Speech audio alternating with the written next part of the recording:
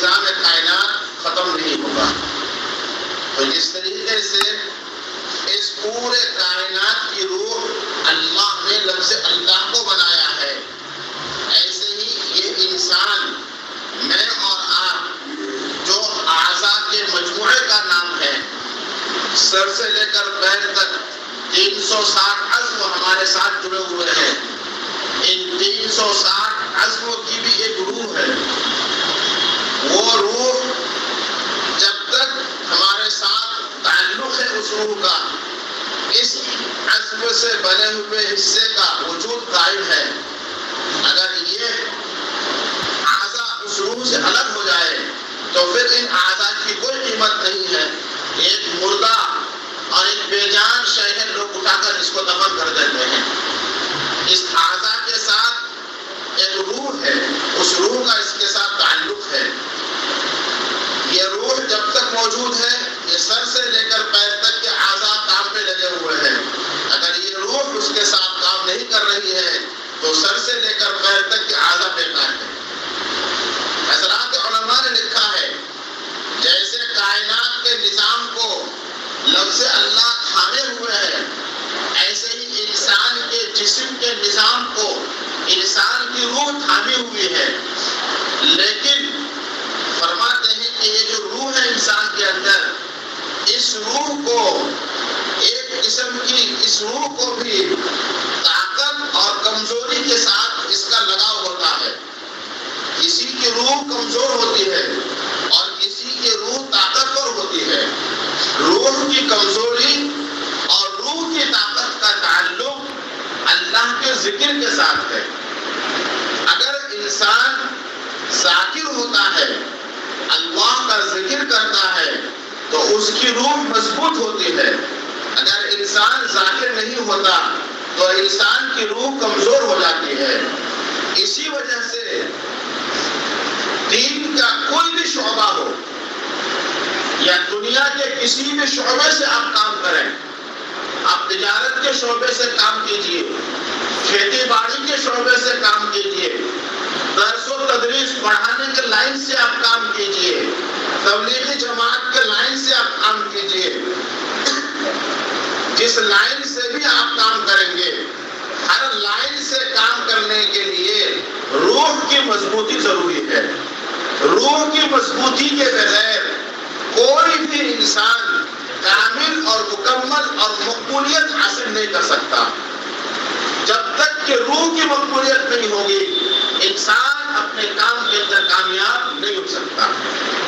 آپ کو میں سمجھاتا ہوں کہ ہمارے اکابر دارالعلوم نے، جن حضرات نے بھی آپ نے ان کو دیکھا ہوگا، یہاں بڑے بڑے اکابر علماء موجود ہیں، جن کی مجلسوں میں لاکھوں کی تعداد میں لوگ جمع ہوتے تھے، ہزاروں کی تعداد میں لوگ جمع ہوتے تھے۔ حالانکہ وہاں اور بھی اکابر ہوا کرتے تھے، لیکن ان میں سے بہت سے اکابر ایسے گزرے ہیں کہ جن کی مجلسوں میں ایسی بھیڑ ہوا کرتی تھی کہ لوگ ملاقات کے لیے ترستے تھے۔ علماء نے لکھا ہے کہ ان مجلسوں میں بھیڑ کی وجہ کیا تھی؟ ایک ہی وجہ تھی کہ ان حضرات کی روح کو ان لوگوں نے ذکر کر کے اور اللہ کو یاد کر کے اپنے روحانیت کو اس قدر مضبوط کر لیا تھا کہ روحانیت کی مضبوطی کی وجہ سے محسوس ہوتا تھا کہ ان کی جسم سے خوشبو پھیلتی ہے اور ان کے جسم سے خوشبو نکلتی ہے اور ان کے جسم سے نور نکلتا ہے، جو نور آنے والے سب لوگوں تک پہنچتے رہتا ہے۔ حضرت مولانا مفتی محمود الحسن گنگوہی رحمۃ اللہ علیہ کی مجلس، ممکن ہے آپ میں سے کسی نے چھتہ مسجد میں دیکھا ہو، اگر کوئی یہاں موجود ہے۔ حضرت کی مجلس دارالعلوم دیوبند کے اندر لگتی تھی چھتہ مسجد میں۔ ایک صاحب وہاں بیٹھے ہوئے تھے، انہوں نے خود فرمایا کہ جتنے لوگ چھتہ مسجد میں بیٹھے ہوئے تھے، ہم نے دیکھا، خود وہ فرماتے تھے، اللہ والے خود بھی تھے، وہ فرماتے ہیں کہ ہم نے دیکھا کہ حضرت کے قلب سے ایک نور نکل رہا تھا اور وہ نور سامنے بیٹھے ہوئے جتنے لوگ مجلس میں تھے ان سب کے دل میں وہ نور حضرت کے نور سے نکل کر پہنچ رہا تھا۔ یہ خود دیکھی ہوئی گفتگو ہے۔ یہ کیفیت جو پیدا ہوئی اس وجہ سے پیدا ہوئی کہ حضرت شیخ مولانا مفتی محمود حسن گنگوہی رحمۃ اللہ علیہ نے اپنے قلب کو ذکر کے ذریعے سے مزین فرما لیا تھا۔ حالانکہ یہ وہ ہستی ہیں کہ جنہوں نے اپنا مشغلہ پڑھنے پڑھانے کو بنایا تھا. آپ نے دارالعلوم میں بخاری کا بھی درس دیا, مظاہر میں آپ نے شعبہ افتاء کو سنبھالا, لیکن آپ نے روح کو خالی جانے نہیں دیا. روح پر آپ نے محنت کی, اتنی محنت کی کہ آپ اپنے زمانے میں بڑے بڑے خلفاء آپ نے تیار کیے. آپ کو میں ایک واقعہ سناتا ہوں. حضرت شیخ مولانا زکریا رحمۃ اللہ علیہ ہندوستان سے جب ہجرت کر کے مدینہ منورہ جانے کا آپ نے پختہ ارادہ کر لیا, تو واقعہ لکھا ہے کہ آپ کے 118 خلفاء تھے. شیخ زکریا رحمۃ اللہ علیہ کے 118 خلفاء تھے. آپ کے بڑے بڑے خلفاء آپ کی مجلس میں جمع تھے. آپ نے اپنے خلفاء کو متوجہ ہو کر فرمایا کہ میں تو اب مدینہ جا رہا ہوں اور میں تو مرنے کی نیت سے جا رہا ہوں. مجھے معلوم نہیں کہ میں واپس آؤں گا یا نہیں آؤں گا, لیکن مجھے یہ فکر ستا رہی ہے کہ میرے بعد تم لوگ ہندوستان میں کیسے کام کرو گے اور اللہ کے نام کو لوگوں کو کیسے سکھلاؤ گے. مجھے اس کی فکر ہو رہی ہے. سارے بڑے بڑے خلفاء وہاں پر موجود تھے. ہر ایک پر ایک عجیب عالم طاری تھا, سکتے کا عالم کہ حضرت جا رہے ہیں, ہم کیا کریں گے. کیونکہ شیخ الحدیث حضرت مولانا زکریا صاحب رحمۃ اللہ علیہ کے تعلق سے ابھی آگے کچھ باتیں عرض کروں گا. ان کے جانے کے بعد ان سب کو فکر ہو گئی تھی کہ ہمارا کیا ہوگا. جب حضرت نے اس طرح کی گفتگو فرمائی تو اس مجلس میں بڑے بڑے خلفاء موجود تھے, جس میں ہمارے نامی گرامی حضرت مولانا منور صاحب رحمۃ اللہ علیہ, حضرت مفتی محمود حسن گنگوئی رحمۃ اللہ علیہ, قاری امیر حسن صاحب رحمۃ اللہ علیہ, حضرت مولانا طلحہ صاحب رحمۃ اللہ علیہ, یہ بڑے بڑے اکابر خلفاء وہاں پر موجود تھے. شیخ نے جب یہ بات کہی کہ مجھے اس کی فکر ہے کہ میرے مدینہ جانے کے بعد تم لوگ ہندوستان میں کیسے کام کرو گے, اس فکر سے میں بہت پریشان ہوں. آپ یہ کہیں اور آپ نے سر کو جھکایا. آپ دیکھتے رہے کہ یہ خلفاء میرے کیا جواب دیتے ہیں. اسی درمیان میں حضرت مولانا منور صاحب رحمۃ اللہ علیہ کھڑے ہو گئے, ہمارے بہار کے تھے. وہ کھڑے ہوئے, آپ نے عجیب بات کہی, فرمانے لگے حضرت آپ اطمینان رکھیے, ہم آپ کے جانے کے بعد ہم اپنے بڑے بھائی مفتی محمود حسن گنگوئی رحمۃ اللہ علیہ کی تربیت میں اور ان کے مشورے سے ہندوستان میں کام کریں گے. ہم ان کو مان کر ہم کام کریں گے. حضرت نے جب یہ بات کہی تو واقعہ لکھا ہے کہ حضرت شیخ نے سر کو اٹھا کر ایسا ایک آہ بھری اور فرمایا, اللہ تیرا شکر ہے کہ زکریا کی محنت کے نتیجے میں کم سے کم یہ لوگ اس قابل بن چکے ہیں کہ کسی ایک کو مان کر زندگی میں کام کریں گے, کسی ایک کو بڑا مان کر زندگی میں کام کریں گے. یہ کن کو ان لوگوں نے مانا, مفتی محمود حسن گنگوئی رحمۃ اللہ علیہ کو مانا. کس بنیاد پر؟ حالانکہ اس وقت ہندوستان میں بڑے بڑے محدثین موجود تھے, بڑے بڑے مصنفین موجود تھے, بڑے بڑے اساتذہ موجود تھے, مگر بالاتفاق لوگوں نے حضرت مفتی محمود حسن گنگوئی رحمۃ اللہ علیہ کو اپنا مقتدا بنایا. ان کی روحانیت کی وجہ سے, ان کی روح کی مضبوطی کی وجہ سے معلوم یہ ہوتا ہے کہ اس ہندوستان میں نہیں, اس پوری دنیا کے اندر اور خصوصاً ہمارے ان تینوں ملکوں کے اندر جس شخصیت کے فیض سے امت کو نفع ہوا ہے, یہ وہ اشخاص ہیں جنہوں نے اپنے قلب کو اللہ کے ذکر سے آباد کر لیا تھا, جنہوں نے اپنے قلب کو ذکر سے آباد کر لیا تھا. میرے پیارے بھائیوں, ایک بات ذہن میں بٹھا لیں کہ اس ہندوستان میں کام کرنے کے 3 راستے ہیں. کوئی آدمی دعوت و تبلیغ کے لائن سے کام کر رہا ہے, کوئی آدمی مدرسے کے لائن سے کام کر رہا ہے, کوئی آدمی جماعت و جمعیت کے لائن سے کام کر رہا ہے, کوئی آدمی خانقاہ کے لائن سے کام کر رہا ہے. ہو سکتا ہے اس مجمع میں ہر طرح کے لوگ بیٹھے ہوئے ہوں. یہ چاروں راستے ایسے ہیں کہ ان چاروں راستوں کی مضبوطی کے لیے دل کا صاف ہونا ضروری ہے. ایک آدمی دعوت و تبلیغ میں لگا ہوا ہے, وہ 4 مہینے لگائے, سال لگائے, ہر سال 4 مہینے لگائے, لیکن اگر اپنے روح کو اس نے مضبوط نہیں کیا اور اللہ کے ذکر کا وہ عادی نہیں بنایا تو اس کی دعوت سے امت کو نفع نہیں ہوگا. اس لیے کہ امت کو نفع پہنچانے کے لیے دل کی مضبوطی ضروری ہے. میں آپ کو سمجھاؤں, ہمارے قریب ہمارے سب سے بڑے محسن حضرت مولانا سید حسین احمد مدنی رحمۃ اللہ علیہ, ان سے بڑا بزرگ کون ہو سکتا ہے؟ کس نے ان کا نام نہیں سنا ہے؟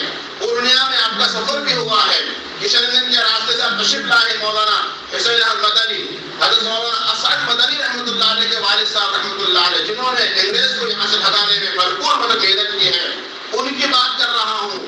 حضرت شیخ زکریا رحمۃ اللہ علیہ نے آپ بیتی میں لکھا ہے کہ شیخ مولانا حسین احمد مدنی 15 سال تک مدینہ منورہ میں آپ نے درس حدیث دیا ہے، 15 سال تک درس حدیث دیا، لیکن شیخ فرماتے ہیں کہ درس حدیث مدینہ میں دینے کے باوجود ذکر کے ساتھ یہ عالم تھا کہ آپ کو ذکر جہری کی اتنی عادت پڑی ہوئی تھی اور روح کو مضبوط کرنے کے لیے ذکر کی اتنی عادت پڑی ہوئی تھی کہ مسجد نبوی میں زور سے ذکر کرنا مشکل ہوتا تھا۔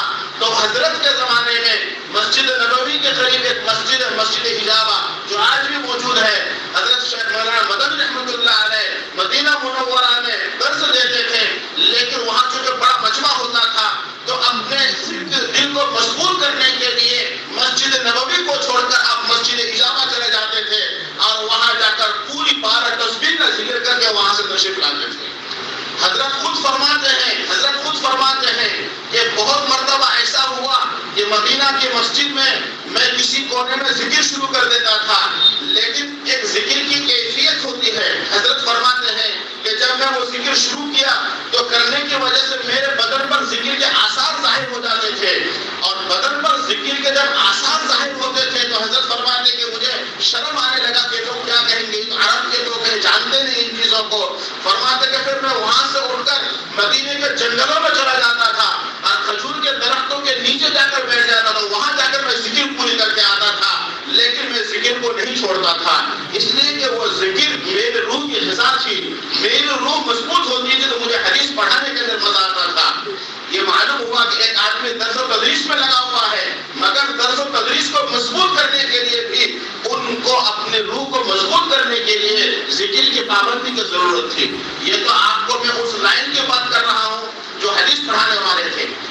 حضرت مولانا انعام الحسن صاحب رحمۃ اللہ علیہ سب لوگ جانتے ہیں، جو ابھی حال ہی میں دعوت و تبلیغ میں لگے ہیں، ان کو معلوم دیکھا بھی ہوگا حضرت کو۔ حضرت کے سوالے میں لکھا ہے کہ یہ حضرت مولانا الیاس صاحب رحمۃ اللہ علیہ سے انہوں نے فیض حاصل کیا تھا اور ان سے جڑے ہوئے تھے، ان سے بیعت بھی تھی، ان سے خلافت بھی تھی۔ ہمیشہ فجر کی نماز کے بعد وہیں پر 12,000 مرتبہ لا الہ الا اللہ کا ضرب لگاتے تھے، اور پھر ہمایوں کے مقبرے کے پاس آ کر صبح کو روزانہ 70,000 مرتبہ اللہ اللہ اللہ کا ورد لگاتے تھے، 70,000 مرتبہ، اور پھر دن کی شروعات کرتے تھے لا الہ الا اللہ اور 70,000 مرتبہ اللہ اللہ کہہ کے، پھر جا کر اس آدمی سے پورے عالم میں دعوت کا کام ہوا ہے، پورے عالم میں دعوت کا کام ہوا ہے۔ آپ حضرت مولانا الیاس صاحب رحمۃ اللہ علیہ کا نام لیتے ہیں، یہ داعی کبھی نے اس ملک کے اندر جنہوں نے دعوت کے کام کو ہم تک پہنچایا، وہ خود فرماتے ہیں کہ میں اچھے لوگوں کو لے کر میوات جماعت میں جایا کرتا تھا، لیکن میوات کے دیہاتوں میں اور میہات کے علاقوں میں رہ کر جب دعوت کا کام کرنے لگا تو جب میں میوات سے دہلی واپس آتا تھا تو میرے قلب کے اندر ایک وحشت طاری ہو جاتی تھی، میرے قلب میں ظلمت چھا جاتی تھی۔ اس ظلمت کو دور کرنے کے لیے پھر میں رامپور جاتا تھا اور میں رائے پور جا کر کے شیخ کے پاس جاتا اور وہاں جا کر پھر ذکر اذکار کر کے اپنے دل کی ظلمت کو میں دور کرتا تھا۔ میں ان کی بات کر رہا ہوں جو بانی تبلیغ ہے، جو اس ملک کے اندر جنہوں نے تبلیغ کے کام کو ہمیں اور آپ تک واقف کرایا۔ میرے بھائیوں، ان واقعات سے یہ بات سمجھ میں آتی ہے کہ ایک آدمی اگر دعوت و تبلیغ کے لائن سے بھی کام کر رہا ہے تو اسے بھی اللہ اللہ کا سہارا لینا پڑے گا۔ ایک آدمی اگر تدریس کے لائن سے کام کر رہا ہے تو اس کو بھی اللہ اللہ کا سہارا لینا پڑے گا۔ ایک آدمی اگر جمعیت کے لائن سے کام کر رہا ہے تو اسے بھی اللہ اللہ کا سہارا لینا پڑے گا۔ اللہ اللہ کے سہارا لیے بغیر، اپنے روح کو مضبوط کیے بغیر کوئی بھی آدمی کامل اور مکمل نہیں ہو سکتا، نہ اس کی ذات سے نفع ہو سکتا ہے، نہ لوگوں کو اس سے نفع پہنچ سکتا ہے۔ خود اس کے لیے بھی دنیا میں جینا زیادہ اچھا نہیں ہے جو اپنی روح کو اللہ کے یاد سے مزین نہ کرے۔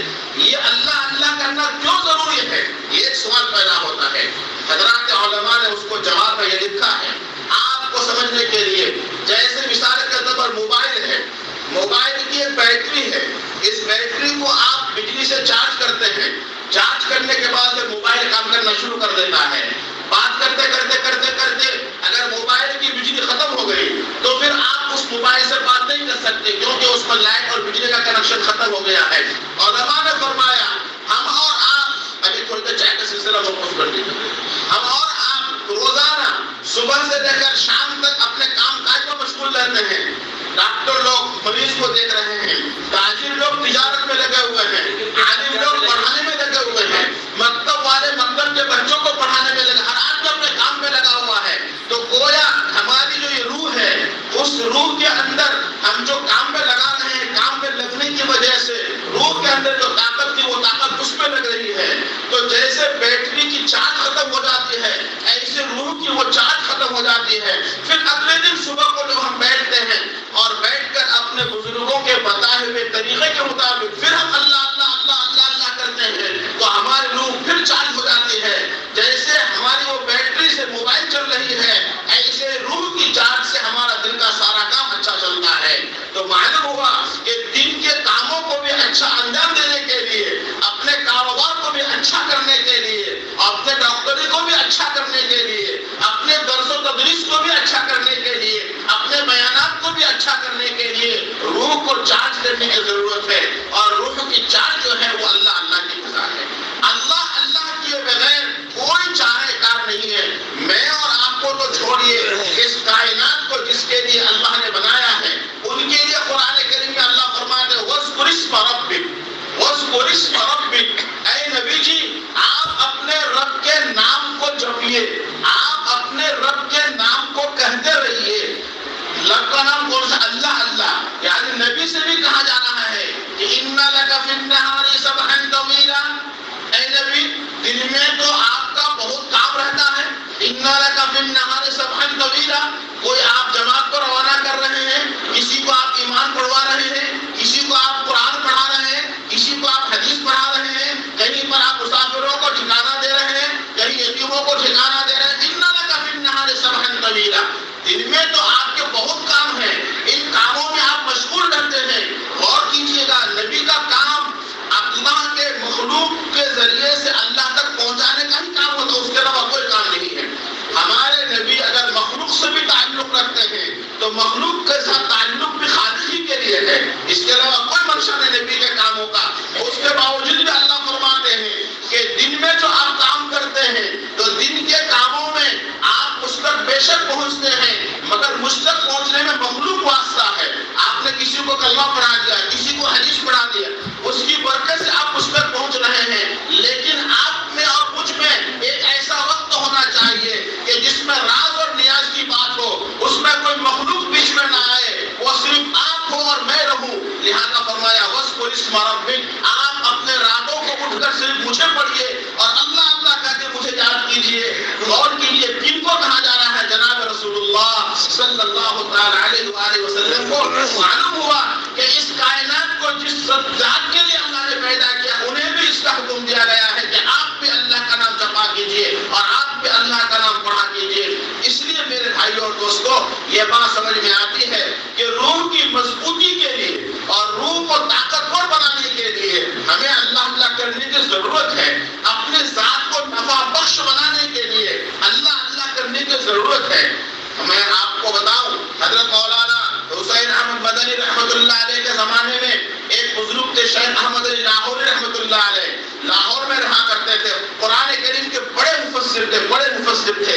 دارالعلوم دیوبند میں جب لڑکے 8 سال پڑھ کر فارغ ہو جایا کرتے تھے تو حضرت مولانا مدنی کہتے تھے کہ 8 سال تم نے دیوبند میں پڑھ لیا ہے، جاؤ 1 سال احمد علی لاہوری کے پاس جاؤ اور وہاں تفسیر قرآن پڑھو، ان کے پاس قرآن کی تفسیر پڑھو۔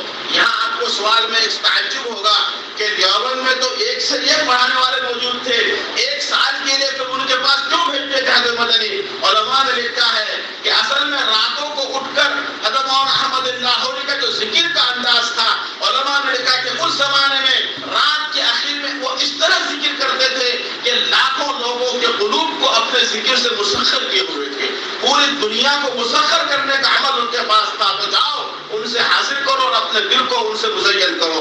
حضرات مہمانان کرام، میں آپ کو اپنے بزرگوں کے معمولات اگر سمجھاؤں تو آپ کو تعجب ہوگا کہ ہمارے ان بزرگوں کا جو نام ہم آج لیتے ہیں ہم ویسے جیسے ہی ان کا نام لے لیتے انہوں نے ایسی مثالیں قائم کر کے دی ہے دنیا کے اندر اللہ کا نام لے کر کہ بے شک وہ اس قابل ہے کہ ان کا نام یہاں پر لیا جائے، وہ بے شک اس قابل ہے کہ ان کا ذکر کیا جائے، وہ بے شک اس قابل ہے کہ انہیں ہم اپنا مقتدا بنائیں، انہیں ہم اپنا پیشوا بنائیں، انہیں ہم اپنا رہبر بنائیں۔ حضرت مولانا یوسف لدھیانوی رحمۃ اللہ علیہ نے لکھا ہے اپنی کتاب آپ کے مسائل کے اندر، حضرت نے لکھا ہے اس بات کو کہ آخر زمانے میں حضرت شیخ مولانا زکریا رحمۃ اللہ علیہ کے قلب میں اللہ نے اس بات کی القاء فرمائی۔ ذرا سمجھیے گا، حضرت لکھتے ہیں کہ حضرت کے زمانے میں اللہ تعالیٰ نے شیخ زکریا رحمۃ اللہ علیہ کے قلب میں اس بات کی القاء فرمائی کہ آج پوری دنیا میں لوگ دین کا کام کر رہے ہیں مگر دین کے کام میں وہ برکتیں نہیں ظاہر ہو رہی ہے جو برکتیں ظاہر ہونی چاہیے۔ دین کا کام اختلاف کا شکار ہو جاتا ہے، اس کا کیا حل نکلے گا؟ تو اللہ تعالیٰ نے شیخ کے قلب میں اس بات کا القاء فرمایا کہ آپ جگہ جگہ ذکر کی مجلس قائم کرائیے، آپ جگہ جگہ ذکر کے حلقے لگوائیے، آپ جگہ جگہ ذکر کی مجلسیں قائم کیجیے۔ حضرت شیخ رحمۃ اللہ علیہ اپنے آخر زمانے میں اللہ سے استخارہ کرتے تھے اور مشورہ کرتے تھے، اور مشورہ کرنے کے بعد دنیا کے کونے کونے میں آپ پہنچے، اور پہنچنے کے بعد آپ نے ذکر کے حلقے لگائے۔ آپ کو معلوم ہونا چاہیے کہ حضرت شیخ زکریا رحمۃ اللہ علیہ نے آخر زمانے میں ایک سفر کیا لندن کا۔ آپ کا سفر ایسا تھا کہ آپ کے ساتھ حضرت مولانا منور صاحب رحمۃ اللہ علیہ تھے اور حضرت مولانا انعام صاحب رحمۃ اللہ علیہ بھی تھے۔ ایک جہاز میں آپ آسٹریلیا کے راستے سے گئے اور ایک جہاز میں آپ نے خشکی کا راستہ اختیار کیا، اور دونوں حضرات لندن پہنچے ہیں اور وہاں جا کر آپ نے ذکر کی محفلیں قائم کی۔ آپ نے لندن جیسے کفرستان کے اندر حضرت شیخ زکریا رحمۃ اللہ علیہ نے مولانا یوسف مطالعہ رحمۃ اللہ علیہ کی دعوت پر وہاں تشریف آوری ہوئی، آپ وہاں تشریف لے گئے۔ چند سال کی محنت میں آج لندن کے اندر اس طرح علم کا چراغ روشن ہو رہا ہے کہ سننے میں آپ کو لندن لگتا ہے لیکن لندن کے بچوں کا دین، لندن کی عورتوں کا دین، لندن کے نوجوانوں کا دین، لندن کے تاجروں کا دین، لندن کے تاجروں کا اور ڈاکٹروں کا دین اگر آپ دیکھیں گے، میں سچ کرتا ہوں وہاں کا معاشرہ اگر آپ دیکھ لیں گے تو آپ کو لگے گا کہ ہم کسی صحابہ کے زمانے میں پہنچے۔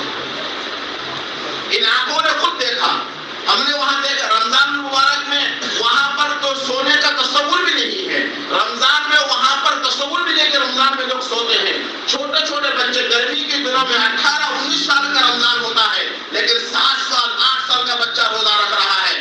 عصر سے لے کر افطار تک تقریباً 4 گھنٹے کا ٹائم ہوتا ہے، اس میں سب لوگ تلاوت میں لگے ہوئے ہیں، سب لوگ تلاوت میں، قرآن میں، ذکر میں، فکر میں لگے ہوئے ہیں۔ علماء نے لکھا ہے کہ ان سب محنتوں کا نتیجہ اور ان سب محنتوں کا سرخیل شیخ الحدیث حضرت مولانا زکریا رحمۃ اللہ علیہ ہیں۔ علماء تو اور بھی تھے مگر اللہ نے اس ہستی سے وہ کام لیا کہ جو کام بڑے بڑے اولیاء سے لیا جاتا ہے، اس بنیاد پر کہ آپ نے اللہ کے ذکر کو اپنی زندگی کا مقصد بنایا۔ آپ پڑھتے رہیے، آپ نیکی کو، آپ پڑھیے شیخ کی کتابوں کو، پھر آپ کو معلوم ہوگا کہ یہ ذکر کیا چیز ہے۔ اس لیے میرے پیارے بھائیوں اور بزرگوں، اس ذکر کی طاقت کے بغیر آپ اپنے کسی کام کے اندر مضبوطی نہیں لا سکتے ہیں، اپنے کسی کام کے اندر بھی آپ مضبوطی نہیں لا سکتے۔ آج بھی اس ملک کے اندر چند گنے چنے علماء جن کو ہم انگلیوں میں گن سکتے ہیں، ان میں سر فہرست نام آتا ہے اس وقت کے موجودہ علماء میں حضرت مولانا مفتی سلمان صاحب منصور پوری دامت برکاتہ کا۔ آپ کوئی بہت بڑی عمر کے آدمی نہیں ہے، 60 کے اندر آپ کی عمر ہوگی۔ آپ کو ابھی حال ہی میں شاہی مراد آباد سے دارالعلوم کے شعراء نے دارالعلوم کے اندر استاد بنایا اور آپ وہاں پر ایک کامیاب اور ایک موقر استاد ہیں، لیکن ان کی زندگی کی مشغولیت کو اگر آپ دیکھیں گے تو آپ کو تعجب ہوگا کہ اس زمانے میں بھی ایسے لوگ ہیں جو منٹ کو بھی گن گن کر چلتے ہیں۔ آخر ان کو اللہ نے اتنا نفع بخش کیوں بنایا؟ اس زمانے کے ان کے ساتھی تو بہت تھے لیکن انہوں نے اپنی زندگی کو بزرگوں کے تابع کیا اور اللہ والوں کے تابع کر کے ذکر سے اپنی زندگی کو مزین کیا اور ایک ایک منٹ کو قیمتی بنایا۔ آج ساری دنیا ان سے فیضیاب ہو رہی ہے۔ پیارے بھائیوں، حضرت شیخ زکریا رحمۃ اللہ علیہ آخر زمانے میں پاکستان تشریف لے گئے۔ حضرت مولانا مفتی شفیع صاحب رحمۃ اللہ علیہ کے مدرسے میں وہاں پر دارالعلوم قائم ہے جس میں مولانا مفتی تقی عثمانی صاحب رہتے ہیں۔ وہ تقی عثمانی جنہیں آپ جانتے ہیں جو عالم عرب اور عجم سب لوگ ان کو اتفاق کے ساتھ مانتے ہیں، ان کے مدرسے میں حضرت شیخ تشریف لے گئے۔ حضرت شیخ نے حضرت مفتی شفیع صاحب سے کہا مفتی صاحب مجھے آپ سے کوئی تنہائی میں بات کرنی ہے، رات میں تنہائی میں بات کرنی ہے۔ حضرت نے کہا حضرت بہت اچھا۔ رات کی تنہائی ہوئی مفتی شفیع صاحب سے اور حضرت شیخ کی آپس میں گفتگو ہوئی، رات میں کسی کو بتایا نہیں کہ کیا بات ہوئی۔ شیخ چلے گئے، حضرت مفتی شفیع صاحب نے اپنے اساتذہ کو بلایا اور بلا کر فرمایا کہ بھائیو شیخ نے یہ کہا کہ اے مفتی شفیع اس وقت مدرسوں میں بھی روحانیت گھٹ رہی ہے، دعوت میں بھی گھٹ رہی ہے، ہر جگہ روحانیت گھٹ رہی ہے۔ جس طریقے سے تم مدرسے کے طلباء کو داخلہ لے کر پڑھا رہے ہو، ایسے ہی اپنے مریدین کو اور اپنے بیت ہونے والوں کو مدرسے میں جمع کر کے ذکر کی مجلس لگاؤ، ذکر کا حلقہ لگاؤ، اور اس کی وجہ سے فتنے ختم ہوں گے اور مدرسے میں برکتیں وجود میں آئیں گی۔ بتائیے کہ شیخ نے اس بات کو کہنے کے لیے تنہائی کی مجلس تلاش کیا، یہ آپ کو میں سمجھانا چاہ رہا ہوں۔ تنہائی میں ان کو سمجھایا تاکہ وہ اس بات کی اہمیت کو سمجھیں کہ ذکر کے بغیر کسی کام کے اندر جان نہیں آ سکتی۔ اللہ کا شکر ہے، ابھی مفتی صاحب اس ادارے کی بات کر رہے تھے، ہمارے یہاں چکنی باری، ہمارے یہاں فجر کی نماز کے بعد روزانہ دور حدیث کے طلباء اور مشکات کے طلباء تقریباً 100 بچے ہوتے ہیں، پورے 100 بچے فجر کی نماز کے بعد 20 سے 15 منٹ روزانہ ذکر کرتے ہیں، اور ایک عجیب سما ہوتا ہے فجر کی نماز کے بعد ذکر کا۔ دیکھنے والے دیکھتے ہیں، آپ حضرات بھی کبھی جا کر دیکھیں گے تو معلوم ہوگا کہ حدیث کے طلباء جب ذکر کرتے ہیں تو کیسا ماحول بنتا ہے۔ یہ تو طلباء ہیں پڑھنے والے، اور پورے اساتذہ بدھ کے دن مغرب کی نماز کے بعد ایک ساتھ بیٹھتے ہیں اور آدھا گھنٹہ اللہ کا ذکر کرتے ہیں ہفتہ واری، اور طلباء تو روزانہ فجر کے بعد کرتے ہی ہیں، اور ویسے ہر استاد اپنے اپنے بزرگوں سے جڑے ہوئے ہیں، ان بزرگوں کی معمولات کے مطابق جن کا جو وقت ہے اپنے حساب سے ذکر کرتے رہتے ہیں۔ یہ کیوں کرایا جاتا ہے؟ تاکہ مدرسوں میں برکت ہو اور فتنے سے محفوظ ہو جائے۔ اسی وجہ سے آج حضرت شیخ ذکیر رحمۃ اللہ علیہ کی جو منشا ہے کہ بھائی جگہ جگہ ذکر کے مجلس قائم کی جائے اور جگہ جگہ اللہ کے نام کو بلند کیا جائے، اسی وجہ سے یہاں آج پورنیہ کی زمین میں ذکر کے نسبت سے یہ مجلس لگی ہے۔ ہمارے درمیان حضرت مولانا اصغر صاحب، انہوں نے مجھے کہا کہ آپ ہمارے یہاں تشریف لے چلیں۔ میں نے کہا بہت اچھا۔ ذمہ دار حضرت مولانا مبارک صاحب کا نمبر دیا، نام تو پہلے سنا تھا لیکن تعارف نہیں تھا۔ حضرت سے بات ہوئی، میں نے کہا حضرت ہم جا کر کیا کریں گے، ذکر کے مجلس لگا لیجئے، ذکر کے نسبت سے حاضری ہو جائے گی تو انشاءاللہ تعالی نفع ہوگا۔ اس اعتبار سے یہاں پر حاضری ہوئی ہے۔ آپ لوگوں سے میری گزارش ہے کہ ذکر کے ساتھ تھوڑا سا کچھ نہ کچھ تعلق رکھیے۔ نمازوں میں بھی جان پیدا کرنا ہو تو ذکر کرنا پڑے گا، عبادتوں میں بھی جان پیدا کرنا ہو تو ذکر کرنا پڑے گا، اس لیے کہ ذکر کا مطلب بھی ہوتا ہے روح کو مضبوط کرنا۔ روح مضبوط ہو جائے گی تو ہر عبادت میں آپ کو جی لگے گا، اگر آپ کی روح مضبوط نہیں ہوگی تو عبادت میں جی نہیں لگتا۔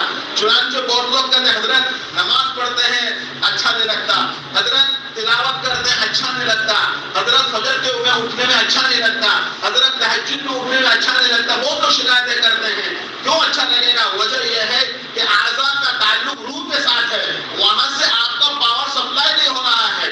جو پاور آپ کو عبادت میں مجبور کر دے وہ پاور تو روح میں ہے، روح آپ کی کمزور ہو گئی ہے تو آپ کے اعضاء آپ کا ساتھ کیسے دیں گے؟ اعضاء جب بھی ساتھ دیں گے کہ روح سے طاقت جو سپلائی ہو۔ روح کو مضبوط کرنے کا ایک ہی طریقہ ہے کہ آپ ذکر کیجیے، اور ذکر بھی کون سا؟ قرآن نے کہا ہے اذکروا اللہ ذکرا کثیرا، یعنی کثرت سے اللہ کا ذکر کرو۔ دیکھو قرآن نے سمجھایا کہ کم ذکر کرنے والے تو منافق ہوتے ہیں، قرآن کریم میں ہے وَلَا يَذْكُرُونَ اللَّهَ إِلَّا قَلِيلًا، تھوڑا سا ذکر کرتے ہیں کون؟ منافق۔ معلوم ہوا کہ کم ذکر کرنے والا یہ منافق ہوتا ہے اور زیادہ کرنے والا وہ مومن ہوتا ہے۔ تو زیادہ ذکر کرنا یہ مومن کی علامت ہے۔ ہماری جتنی بھی عبادتیں ہیں، چاہے نماز ہو، روزہ ہو، ذکر، حج ہو، سب کے سب اللہ کی یاد کے لیے ہے۔ خود قرآن میں نماز کے بارے میں فرمایا کہ نماز بھی اللہ کے ذکر کے لیے ہے۔ اللہ قرآن میں فرماتے ہیں وَأَقِمِ الصَّلَاةَ لِذِكْرِي، نماز پڑھو مجھے یاد کرنے کے لیے۔ معلوم ہوا کہ نماز بھی اللہ کے ذکر کے لیے ہے۔ میں آپ کو سمجھاؤں، اس کائنات کے اندر اللہ کی مخلوقات 4 طرح کی ہیں۔ بعض مخلوقات تو وہ ہیں جو ہمیشہ کھڑے ہیں، گویا وہ کھڑے کھڑے اللہ کا ذکر کر رہے ہیں، جیسے درخت ہے، یہ ہمیشہ کھڑے رہتے ہیں اور کھڑے کھڑے اللہ کا ذکر کرتے رہتے ہیں۔ بعض مخلوقات وہ ہیں جو جھکے ہوئے ہیں اور جھک کر اللہ تبارک و تعالیٰ کی عبادت کر رہے ہیں۔ وہ کون ہے؟ اس طریقے سے جانور ہے، یہ جانور ایسا جیسے جھکا ہوا ہے اور جھک کر اللہ کی عبادت کر رہا ہے۔ اور بعض مخلوقات وہ ہیں جو لیٹے ہوئے زمین کے ساتھ، جیسے کیڑے مکوڑے ہیں، کیڑے مکوڑے زمین کے ساتھ لگے ہوئے ہیں، تو گویا وہ مخلوقات ایسے ہیں جیسے پہاڑ بھی ذکر کر رہا ہے، اس کی حالت کوئی اتحیات کی طرح ہے. یہ چار حالتیں ہیں مخلوقات کی. بعض مخلوقات کھڑے ہیں، بعض مخلوقات لیٹے ہوئے ہیں، بعض مخلوقات اتحیات کی طرح ہے. اللہ کا شکر ادا کیجئے کہ اللہ تعالیٰ نے ہمیں اور آپ کو نماز جیسی عبادت دی. نماز کی عبادت کے اندر چاروں طریقوں کو اللہ نے شامل کر دیا. نماز میں قیام بھی ہے، نماز میں رکوع بھی ہے، نماز میں سجدہ بھی ہے اور نماز میں اتحیات بھی ہے. تو کل مخلوقات کی چار قسمیں ہیں، چار طریقوں سے وہ ذکر کرتے ہیں اور نماز میں اللہ نے چاروں حالتوں کو شامل کر دیا ہے. اور اوپر جا کر دیکھیے کہ نماز میں 6 ذکر ہے، نماز کے اندر تلاوت بھی ہے، نماز میں ذکر بھی ہے، نماز میں استغفار بھی ہے، نماز میں دعا بھی ہے، نماز میں درود بھی ہے. یہ تمام چیزیں ذکر ہے. تو نماز میں 4 حالتیں ہیں اور 6 ذکر ہے. تو گویا کہ 4 حالتوں کو بھی تذکرہ کر لیجئے اور ذکر کے 6 طریقوں کو بھی شامل کر لیجئے. ان تمام چیزوں سے اللہ کا ذکر ہی مقصود ہے. تو نماز بھی اللہ کا بہت بڑا ذکر ہے. اسی وجہ سے نماز کا شروع بھی ذکر سے ہے اور نماز کا اختتام بھی ذکر سے ہے. قرآن کریم میں ہے وَذَكَرَ اسْمَ رَبِّهِ فَصَلَّى. لوگ اللہ کو یاد کر کے نماز شروع کرتے ہیں تو نماز کی شروع بھی ذکر سے ہوا. اور قرآن کہتا ہے فَإِذَا قُضِيَتِ الصَّلَاةُ فَانتَشِرُوا فِي الْأَرْضِ وَابْتَغُوا مِن فَضْلِ اللَّهِ وَاذْكُرُوا اللَّهَ. جب نماز پوری ہو جائے تو باہر جاؤ، روزی کماؤ، اللہ کو ذکر کرو، اللہ کو یاد کرو. تو نماز سے پہلے بھی اللہ کا ذکر اور نماز کے بعد بھی اللہ کا ذکر اور نماز تو ہے ہی اللہ کا ذکر. اس لیے پیارے بھائیوں، ذکر کے بغیر عبادت کے اندر جان پیدا نہیں ہو سکتی. میں گزارش کروں گا کہ ہمارا یہ 3 کام، چاہے دعوت و تبلیغ کا کام ہو، چاہے مدرسوں کا کام ہو، چاہے خانقاہوں کا کام ہو، تینوں ایک کام ہے. اچھی طرح ذہن میں بٹھا لیجئے، کوئی کام کسی کا دشمن نہیں ہے. یہ ایسا ہے جیسے دہلی جانے کے 3 راستے ہوں، ایک ادھر کا راستہ ہو، ایک ادھر کا راستہ ہو، ایک ادھر کا راستہ ہو. ایک آدمی اگر ادھر کے راستے سے جا رہا ہے تو وہ والا نہیں کہہ سکتا کہ ادھر والا غلط جا رہا ہے، اس لیے کہ یہ بھی دہلی جا رہا ہے. ایک آدمی اگر اس راستے سے جا رہا ہے تو وہ یہ نہیں کہہ سکتا کہ ادھر والا دہلی نہیں پہنچے گا، وہ بھی دہلی جا رہا ہے. بس دین کے یہ سارے کام اللہ تک پہنچانے والے ہیں. کوئی دعوت و تبلیغ کے لائن سے اللہ تک پہنچ رہا ہے، کوئی مدرسے کے لائن سے اللہ تک پہنچ رہا ہے، کوئی ذکر فکر کے لائن سے اللہ تک پہنچا رہا ہے. لیکن ان تمام پہنچنے کے راستوں کو طاقتور بنانے کے لیے ذکر کی ضرورت ہے.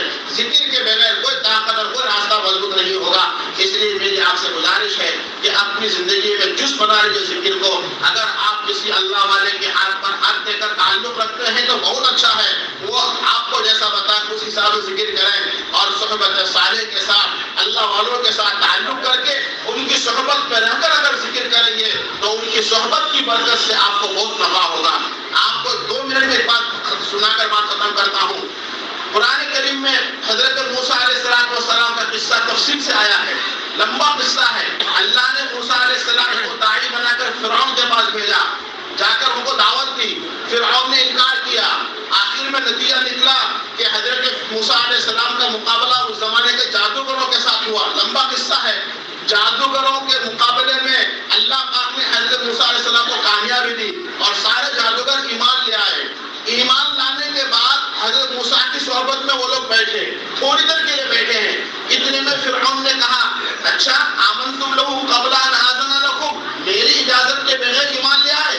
میں نے تو اجازت نہیں دی. اب دیکھو میں تمہیں کیا کروں گا، لأصلبنکم فی جذوع النخل ولتعلمن اینا اشد عذابا وابقى. ابھی تمہیں پتا چلے گا میں کیسے تم کو سزا دیتا ہوں.